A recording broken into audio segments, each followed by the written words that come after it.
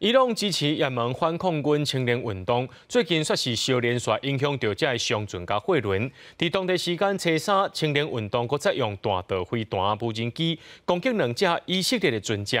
美国国防部也证实讲，美国的美军驱逐舰卡尼号有去研究，也甲3架无人机击落来。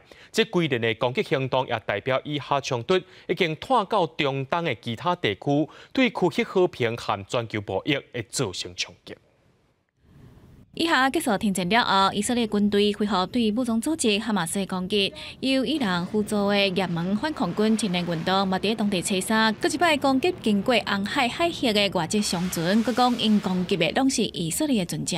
نفذت القوات البحرية في القوات المسلحة اليمنية بعون الله تعالى صباح يومنا هذا عملية استهداف لسفينتين إسرائيليتين في باب المندب. 事发的地点曼德海峡是这只红海甲阿丁湾的战略水道。青年运动表示，攻击的团结探索号甲9号商船，因为要查青年运动发出的警告信息，所以分别用飞弹甲无人机攻击。美国国防部表示，有3只商船拢总受到世界攻击。挂巴哈马国旗的英国货船团结探索号发出换球的信号了后，伫附近执行巡逻任务的美国驱逐舰卡尼号就赶去现场，前后甲3只无人机拍落来。另外受到攻击的2只货船是挂巴拿马国旗的9号甲苏菲2号货船。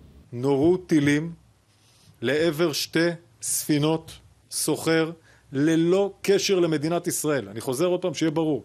ללא שום קשר למדינת ישראל.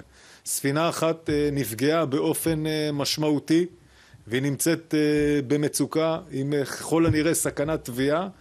青年运动表示，会针对以色列的船只继续做攻击，一直到以色列停止对加沙的攻击行为。伫过路的商船一直受到攻击，嘛，互红海航运面对威胁，真明显的增加。若是青年运动伫11月19号控制日本商船，经过日本政府透过中间的国家交涉，暂时嘛表态，真有可能会伫这几天释放船顶的船员。公视新闻台是唐平友。